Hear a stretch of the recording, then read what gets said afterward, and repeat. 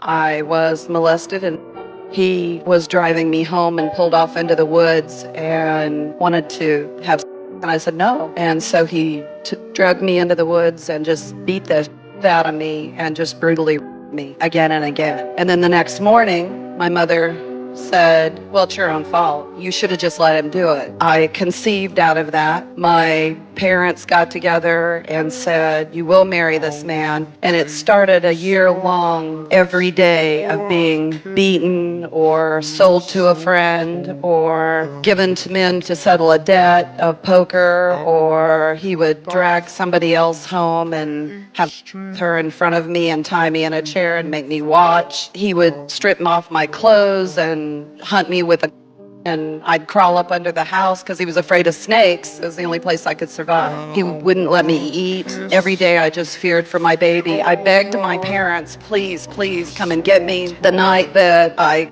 him, he beat me so severely that I had 2 broken jaws, a broken arm, all of my ribs were broken. They thought that I had fractured some bones in my spine. He took my baby, literally gouged his eye out of his head and pulled his eye straight out of his head, and I shot him. I said, you can beat me all you want, but you're not going to beat my baby. How long were you there? In jail? Yes. Off and on for a year until they had my trial, and then they made a motion to quash, and they put me on probation for a year. You must have had some people as powerful as you are along the way that did stand up for you, though.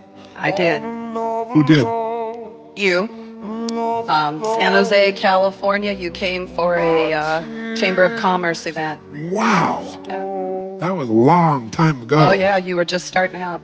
I'll never forget when you said to me, this story doesn't make your life. You make your life. You decide. Wow. And I did. Wow.